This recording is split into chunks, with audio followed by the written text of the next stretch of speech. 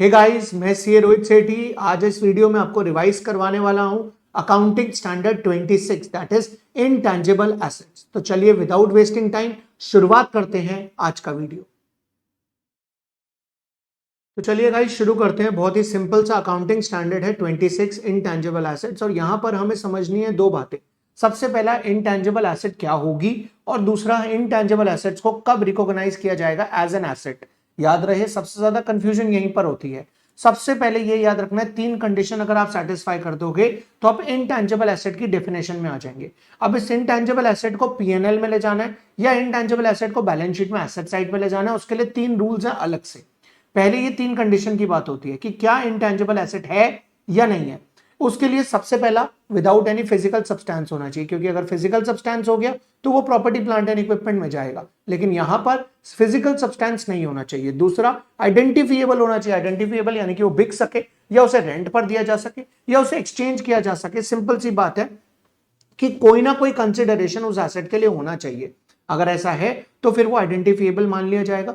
तीसरा वो non monetary asset होना चाहिए। अब नॉन मॉनेटरी का मतलब ये नहीं है कि आप उसे पैसे में कन्वर्ट नहीं कर सकते, पैसे में कन्वर्ट कर सकते हैं पर आप करेंगे नहीं।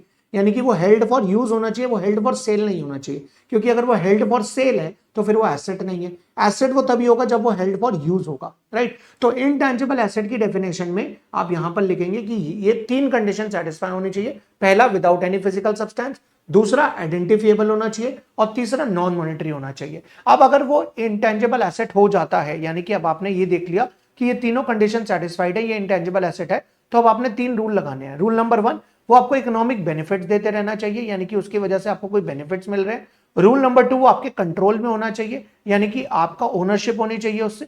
और रूल नंबर 3, आपके पास एक रिलायबल एस्टिमेट होना चाहिए कि आपने वो जो इनटैंजिबल एसेट है वो कितने में खरीदी है। अगर आपके पास ये तीन अमाउंट अवेलेबल है, यानी कि तीनों चीजें का रूल अवेलेबल है, तो इन दैट केस आप उसे एसेट मान लोगे, बैलेंस शीट में एसेट साइड लिखोगे, अदरवाइज आप उसे पीएनएल में राइट ऑफ कर देंगे, राइट। देन इसके बाद कौन कौन सी एसेट एएस 26 के स्कोप में है, जैसे कि goodwill, patent, trademark, know how, copyright, training cost, startup cost, preliminary expense, advertisement expense, licence cost, research and development and software. कौन कौन सी नहीं है, share issue expense, discount on issued debenture, financial assets, ये सब नहीं है कवर, ठीक है जी। और इसके बाद अगर आप कोई भी एसेट कैश में खरीदते हैं तो जितने पैसे आपने कैश में खरीदने के दिए हैं आप उतने से अपनी अमाउंट को, अपनी कॉस्ट को ऐड करेंगे, यानी कि ब्रोकरेज हो गई, स्टैम्प ड्यूटी हो गई, या कोई भी चीज आपने खर्चा किया है उसकी एक्विजिशन से रिलेटेड वो कॉस्ट में ही ऐड हो जाएगा और हम एंट्री पास कर देंगे intangible asset account debit to cash या फिर बैंक।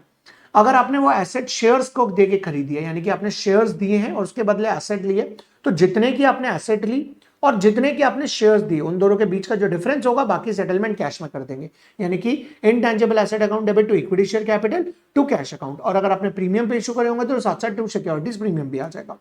अगर आपने एक एसेट देकर दूसरी एसेट खरीदी है तो जितने की आपने एसेट दी और जितने की आपने एसेट ली ये दोनों आपको पता होनी चाहिए। उसके बाद बचाओ अमाउंट आप कैश में दे देंगे, राइट। अब इसके बाद अगर आपने अमेलगामेशन में एसेट को एक्वायर किए तो अमेलगामेशन में एक्वायर करते समय आपको सबसे बड़ी ध्यान क्या रखनी है बात, अगर आपको एसेट की फेयर वैल्यू पता है तो आप फेयर वैल्यू पे एक्वायर करोगे, और अगर आपको फेयर वैल्यू नहीं पता तो इंटेंजिबल एसेट्स को हम एक्वायर करते हैं जीरो पे। ये बात हमने एएस 14 में समझी थी।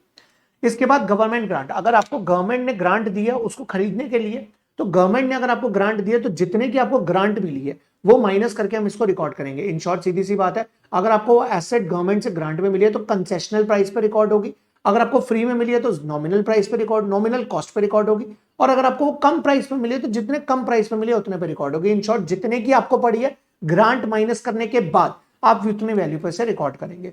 देन इसके बाद रिसर्च एंड डेवलपमेंट की अगर हम बात करें, अगर कोई भी एसेट रिसर्च एंड डेवलपमेंट में होती है, यानी कि अभी आप फॉर्मूला बना रहे हो, आप दवाई बनाने का फॉर्मूला बना रहे हो, तो अगर वो रिसर्च स्टेज पे है तो रिसर्च स्टेज पे सारे के सारे खर्चे पीएनएल में जाते हैं, यानी कि हम उसको कैपिटलाइज नहीं करते। बट अगर वो डेवलपमेंट फेज में तो डेवलपमेंट फेज में हम उसको कैपिटलाइज करते हैं, लेकिन कुछ फैक्टर्स का हमें ध्यान रखना होता है। पहला ये कि डेवलपमेंट होने के बाद वो प्रोडक्ट बन जाएगा, यानी कि टेक्निकल फिजिबिलिटी होनी चाहिए प्रोडक्ट की, प्रोडक्ट बनने के बाद बिक जाएगा, यानी कि availability of product for sale होना चाहिए। There is an external market, यानी कि जहां वो बिकेगा वो मार्केट एग्जिस्ट करनी चाहिए, और जितना खर्चा आपने किया वो खर्चा आप आइडेंटिफाई कर सको। अब बात आती है खर्चे में क्या क्या इंक्लूड होगा, तो खर्चे में इंक्लूड होगा जितना भी आपने मटेरियल या सर्विस लगाया वो, अगर आपने डेवलपमेंट फेज में किसी को सैलरी जिस पे करी है वो सब, और कोई भी ओवरहेड्स है तो वो सब। याद रहे, अगर डेवलपमेंट फेज में इन 4 फैक्टर का साथ नहीं मिलता है तो in that case development phase में भी जो एक्सपेंडिचर होगा वो कहां चला जाएगा, पीएनएल में। मतलब अगर ये 4 फेज जो हमारे पास technical feasibility, availability of product, there is external market और आइडेंटिफिकेशन ऑफ कॉस्ट, अगर ये चारों फैक्टर्स आपके पास अवेलेबल है तो आप उसे एसेट मानोगे डेवलपमेंट फेज में। और अगर आपके पास ये चारों अवेलेबल नहीं है तो इन दैट केस आप उसको कहां ले जाओगे, डेवलपमेंट फेज को भी पीएनएल में। देन इसके बाद आपने जो भी इंटेंजिबल एसेट है उसको अमोर्टाइज करना है एसएलएम बेसिस पे 10 साल में, या फिर अगर आपको पता है कि आपको इकोनॉमिक बेनिफिट्स जो मिलने हैं वो उसका कैश फ्लो कितना होगा, यानी कि कैश का इनफ्लो कितना होने वाला है फ्यूचर में, तो जिस रेशो में कैश का इनफ्लो होगा उसी रेशो में आप जो गुडविल या फिर जो भी आपकी इंटेंजिबल एसेट है आप उसे अमोर्टाइज कर देंगे। या तो एसएलएम बेसिस 10 साल लेंगे, या फिर कोई और रेशो अगर आपको पता है कि किस रेशो में इनफ्लो होने वाला है तो आप उसमें भी राइट ऑफ कर सकते हैं। लेकिन आपको एक बात यहां पे ध्यान क्या रखनी है, एसएलएम बेसिस 10 साल से ज्यादा भी लिया जा सकता है, 10 साल से कम भी लिया जा सकता है, बस आपके पास जस्टिफिकेशन होनी चाहिए कि आप 10 से ज्यादा या 10 से कम क्यों ले रहे हैं, राइट। और राइट ऑफ आपने कहां पे करना है, यानी कि अमोर्टाइज आपने करना है पीएनएल अकाउंट में। लेकिन एंट्री एक नहीं पास करनी है, एंट्री आप 2 पास करेंगे। पहली एंट्री पास होगी amortisation account debit to intangible asset, फिर अमोर्टाइजेशन को हम राइट ऑफ कर देंगे पीएनएल से, तो एंट्री पास हो जाएगी PNL account debit to amortisation. अगर कोई गुडविल आपने इंटरनली जनरेट करी है, यानी कि आपकी सेल्फ जनरेटेड गुडविल है, तो हम उसको जीरो वैल्यू पे रिकॉर्ड करते हैं, नील पे, क्योंकि उसके हमने कोई भी पैसे खर्चे नहीं है। पर अगर आपने कोई गुडविल बाहर से खरीदी है या फिर आपने अमेलगमेशन के टाइम पर गुडविल को एक्वायर किया है तो वो आपकी परचेज गुडविल होगी, क्योंकि वो गुडविल के लिए आपने पैसे दिए हैं। अब इंपेयरमेंट क्या होता है, ये आप अकाउंटिंग स्टैंडर्ड 28 में बहुत अच्छे से पढ़ेंगे। हमारा 2 अकाउंटिंग स्टैंडर्ड के बाद अकाउंटिंग स्टैंडर्ड 28 ही आने वाला है, इंपेयरमेंट ऑफ एसेट। लेकिन इंपेयरमेंट की वैल्यू ये होती है कि आपकी जो भी कैरिंग अमाउंट है, यानी कि इस टाइम आपकी बुक्स में जो भी आपके इंटेंजिबल एसेट है उसकी वैल्यू दे रखी है, आप उसमें से माइनस कर दीजिए आपकी रिकवरेबल अमाउंट ऑफ एसेट। अब रिकवरेबल अमाउंट क्या होगा, इट्स बेटर अगर हम इंपेयरमेंट में ही पढ़े, फिलहाल हम इसको इंपेयरमेंट के लिए छोड़ देते हैं। इसके बाद आपको हर साल अपनी इंटेंजिबल एसेट की लाइफ को रिव्यू करना, और अगर लाइफ में कोई भी चेंज आया है तो उस चेंज के हिसाब से आप अमोर्टाइजेशन लगाएंगे। आप पुराने वाले लाइफ के हिसाब से अमोर्टाइजेशन नहीं लगा सकते, यानी कि आपको हर साल अपनी लाइफ को रिव्यू करना पड़ेगा कि आपके इंटेंजिबल एसेट की लाइफ कितनी रह गई है। अगर आपने कोई भी कंप्यूटर, सॉफ्टवेयर और वेबसाइट ली है तो इस बात का ध्यान रखना, अगर आपको सॉफ्टवेयर लैपटॉप या फिर कंप्यूटर के साथ फ्री में मिला है तो इन दैट केस आप उसको अलग से रिकॉर्ड नहीं करोगे, वो आपकी इंटेंजिबल एसेट नहीं होगा।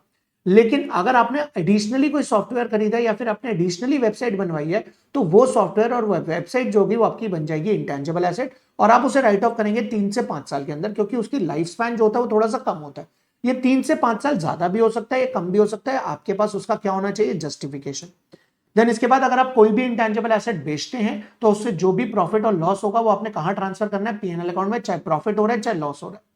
एक्सपेंडिचर विदाउट इंटेंजिबल एसेट का मतलब यह है कि आपने खर्चा किया लेकिन इंटेंजिबल एसेट बनी नहीं, यानी कि कुछ ऐसी एसेट है जो इसके स्कोप के अंदर तो है, हमने विद इन द स्कोप पढ़ी है एसेट्स, ये विद इन द स्कोप तो है, लेकिन इसमें से कुछ एसेट्स ऐसी हैं जिसको हम अपनी इंटेंजिबल एसेट नहीं मानते, हम उसको डायरेक्टली पीएनएल में ले जाते हैं।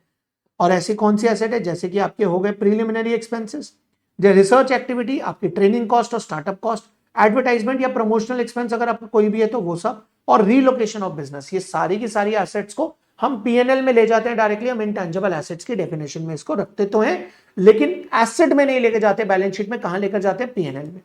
इसके बाद आपको शेड्यूल 2 पढ़ना है कंपनीज एक्ट का, जहां पर यह लिखा है कि टोल रोड अगर आपने बनाई है, लेट से आपने टोल रोड बनाई है पर वो रोड आपकी नहीं है, लेकिन उस रोड के ऊपर टोल टैक्स कलेक्ट करने के आपके पास राइट्स है, तो राइट्स आपके लिए क्या बन जाएगी, इंटेंजिबल एसेट। और राइट्स की कॉस्ट कितनी होगी, उस राइट्स की कॉस्ट होगी जितने में आपकी रोड बनी है, और वहां से जो एस्टिमेशन आपको टोल रेवेन्यू आने वाला है उस रेशो में आप जो कॉस्ट है उसे राइट ऑफ कर देंगे। यानी कि इस साल जो आपका एक्चुअल रेवेन्यू है डिवाइडेड बाय जो आपका टोटल एस्टिमेटेड रेवेन्यू जितने साल आपको मिलने वाला है इनटू कॉस्ट, वो अमाउंट राइट ऑफ हो जाएगा करंट ईयर में। इसके बाद डिस्क्लोजर क्या देना है कि आपके पास कौन कौन सी इंटेंजिबल एसेट्स है, उसका नेचर क्या है, आपने अमोर्टाइजेशन करने के लिए कौन सा मेथड लगाया है, एसएलएम लगाया है या फिर कैश इनफ्लो की रेशो वाला लगाया है, अमोर्टाइजेशन का खर्चा कितना है इस साल, आपका कैरिंग अमाउंट कितना आया, इंपेयरमेंट लॉस अगर कोई है या नहीं है, अगर है तो वो AS28 के हिसाब से डिस्क्लोजर देंगे, और अगर एस्टिमेटेड लाइफ में कोई भी चेंज आया है तो एस्टिमेशन में चेंज आना AS5 का है, उसका भी आपको सेपरेट डिस्क्लोजर देना पड़ेगा। तो ये है बच्चों हमारा AS26। अब आपने क्या करना है, अब आपने शेयर करना है, लाइक करना और इस चैनल को सब्सक्राइब करना अगर आप इस चैनल पे नए हैं तो। मिलते हैं नेक्स्ट वीडियो में बेटा, आज के लिए इतना ही, बाय बाय।